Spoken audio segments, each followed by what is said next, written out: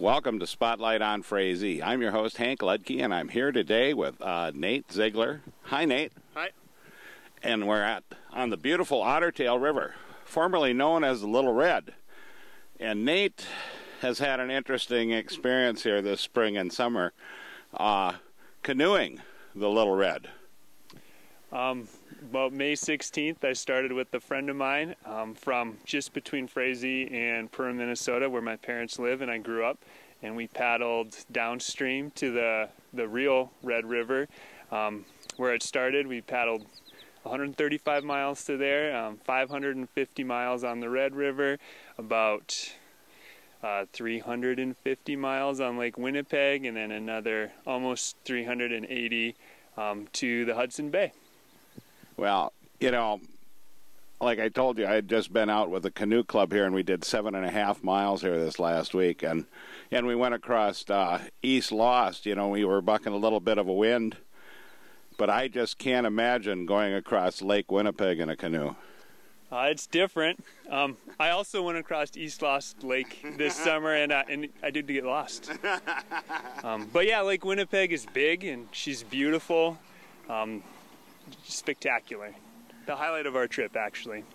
Did you run into any real bad weather? We had spectacular luck with weather. We only went through a couple rainstorms. We put on our rain jackets maybe 5 times in the 2 months we were out. So spectacular weather. And so, you know, like when you plan a trip like this, you know, what comes to mind as far as the stables that you use to make that type of journey? I know you sent food forward. Yeah, we kind of figured that out as we went. We did the Ottertail section with our fathers, and so we ate really well there. And then and then after that, we kind of went to the rice and beans meals, and we practiced a few times, and then we actually left the river to go back home to pack and mail food forward. So, well, I mean, how old are you, Nate? I'm 30 right now. Boy, half my age. So you're only old enough now as the people you're not supposed to trust, you know, and I'm twice as old to people as I wasn't supposed to trust. But actually, as time goes on here, you know, this had to be a heck of an experience. And what made you decide to do this? I grew up on the Ottertail, and I definitely, always knew, my dad always told me that this water goes to the Hudson Bay, and it always made me interested in doing that. And then in college, my friend who I did it with, we were roommates, and we read a book called Canoeing with the Cree, and a couple of high schoolers, or recent high school graduates back in the early 1900s, 1930 maybe, they went from Minneapolis all the way up to the Hudson Bay, and Severide and Port, yeah. Walter Port, and we read the book. We read the book again while we were on the river during the summer, and it inspired us. We've read other books by people who've done it, talked to lots of people who've done it. It just seemed like something just had to be done. The river was calling you. Yeah, for sure.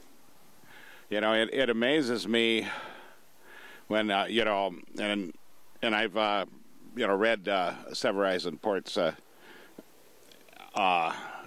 trip report, you know, and the problems that they had, and to see somebody do it nowadays, you know, it still flabbergasts me, you know, because up until you guys did it again, you know, or this thing was going on. Otherwise, it was back to the old fur traders and things, that people like that used to do the river.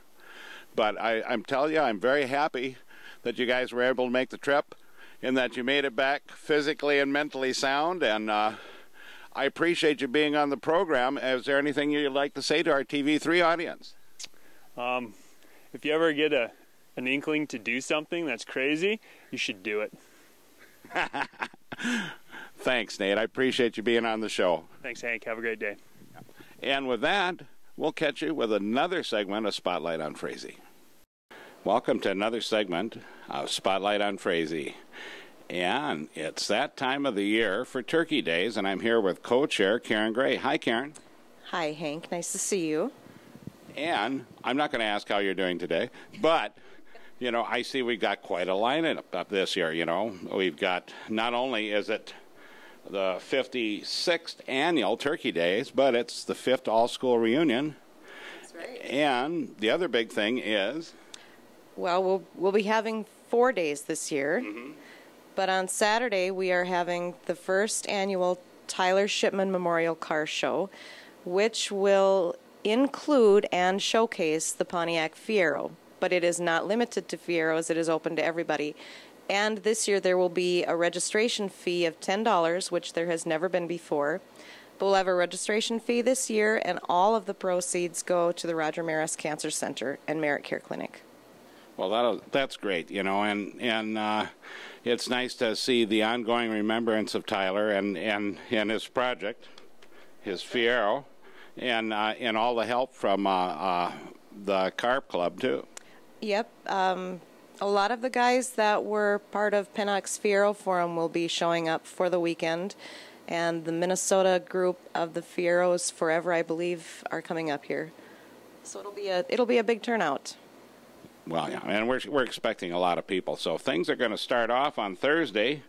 We've got the kickoff at 7 to 9 at the football field, followed by the Night of Remembrance, and then on into a breakfast starting Saturday morning, on to or Friday morning, water fights, sandcastle, a lot of the normal things. Lions Street Dance will be Friday. And the retired teacher and staff reunion will be 2:30 Friday at the event center. That's just a nice time for some of us alumni to come down and rub elbows with all of the teachers that we had that we probably gave a lot of gray hair to, and just see how they are. Yeah, there aren't too many of mine left. Ken Jacobson and Les Kircher, I think. Well, there's a few of them out there that are still going to stick around so they can put up with you a little longer. You know it. And then, of course, we go on to Saturday, and we've got Turkey Days breakfast again, and our Dolores Smith Memorial Turkey Trot, Kids Fishing Derby, and, of course, the car show. But then Demolition Derby is on Saturday again this year. And we've got an old-time dance Saturday night, plus we'll have the Fat Cats at the liquor store. That's right, and there is no cover for the Fat Cats, so that should be enjoyed by all of us older than 21. Yes, it should be a good time. And then new this year, we're going to have a historical walk of Frazee on Sunday morning, and that's registration at 9:30. And you're going to have to call me if you're going to come, so that I know how many people I have, because the scouts are going to help me with it. Well, we just thought maybe they should contact you, because being it's historical, you might know everything. Only on some days. Well, that's true. That's true. And then we will culminate the event with the parade, of course, on Sunday. And that should be exciting again. Yes, and we got our pie and ice cream social. That's right.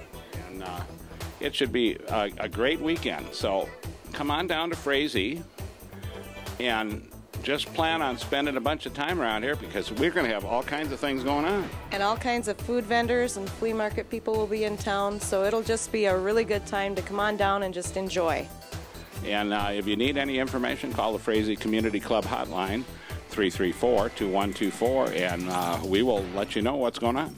That's right. Or if anybody wants to register for an event or wants any information that I might be able to provide, which I don't have a lot, but my number is 218-841-3271. Thanks, Karen. Thank you, Hank. And thank you out there, and we'll be looking for you down here for Turkey Days.